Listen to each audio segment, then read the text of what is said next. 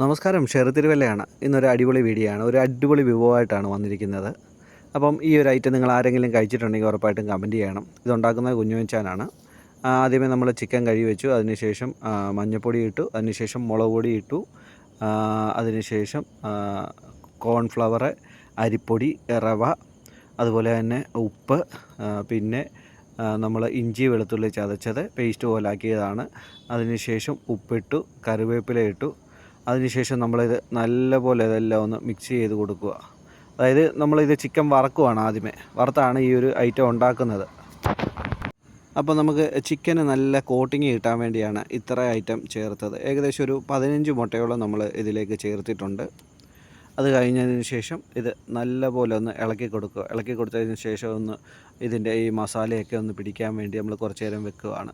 ഇതിപ്പോൾ നമ്മൾ ഇഞ്ചി വെളുത്തുള്ളി പേസ്റ്റാണ്. അതിനുശേഷം വേറൊരു കാര്യം കൂടെ, നമ്മൾ മസാല, അതായത് പെരുംജീരകം, കറുവപ്പട്ട, ഏലക്ക, കുരുമുളക്, ഗ്രാമ്പു എല്ലാം കൂടി ഇട്ട മസാലയും കൂടെ പൊടിച്ചത് നമ്മൾ ഇതിൻ്റെ അകത്ത് ചേർത്തിട്ടുണ്ട്.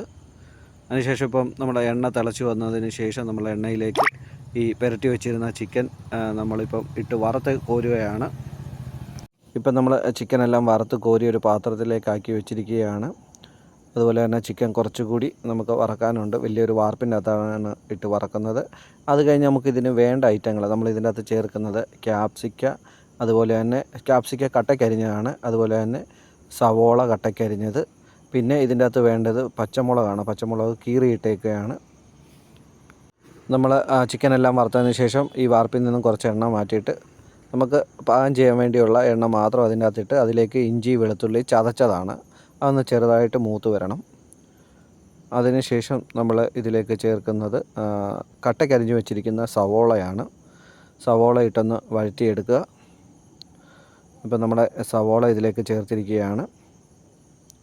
ഏകദേശം ഒരു 600 പേരുടെ ഇതാണ് നമ്മൾ ഉണ്ടാക്കുന്നത്, ഐറ്റമാണ് ഉണ്ടാക്കുന്നത്. സവോളയൊന്ന് വഴറ്റുക. അതിലേക്ക് ഇനി നമ്മൾ ഉപ്പ് ചേർക്കണം. ഓൾറെഡി നമ്മൾ ചിക്കന് നേരത്തെ ഉപ്പ് ചേർത്തിട്ടുണ്ട്. അപ്പോൾ ഇതിൻ്റെ അകത്ത് അത്യാവശ്യം ഒന്ന് ഉപ്പ് ചേർത്താൽ മതി ആവശ്യത്തിന്.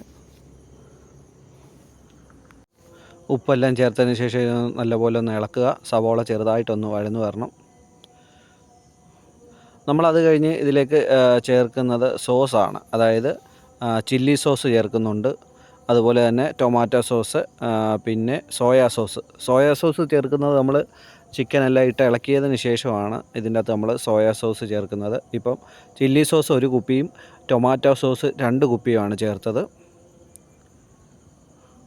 അത് ചേർത്തതിന് ശേഷം ഒന്ന് ഇളക്കി കൊടുക്കുക നല്ലപോലെ. 2 ടൊമാറ്റോ സോസാണ് ചേർത്തത്. നല്ലപോലെ ഒന്ന് ഇളക്കി കൊടുക്കുക. നമ്മൾ കട്ടയ്ക്ക് അരിഞ്ഞു വെച്ചിരിക്കുന്ന ക്യാപ്സിക്കം, അതുപോലെ തന്നെ പച്ചമുളക് കീറിയതുമാണ് അടുത്തത് നമ്മൾ ഇതിലേക്ക് ഇട്ട് കൊടുക്കുന്നത്. അത് ഇട്ടതിന് ശേഷം നല്ലപോലെ ഒന്ന് ഇളക്കണം. ഇളക്കി സവോളയും അതുപോലെ തന്നെ ആ ക്യാപ്സിക്കം ഒന്ന് ചെറുതായിട്ടൊന്ന് വെന്ത് വരണം. അതിനുശേഷം നമ്മൾ ഇതിലേക്ക് ചിക്കൻ തട്ടി ഇളക്കുകയാണ്. അതിനുശേഷം നമ്മൾ ഇതിലേക്ക് ചിക്കൻ തട്ടിയിട്ട് പിന്നെ കുറച്ച് ഐറ്റം കൂടെ നമ്മൾ ഇതിൻ്റെ അകത്ത് ചേർക്കുന്നുണ്ട്.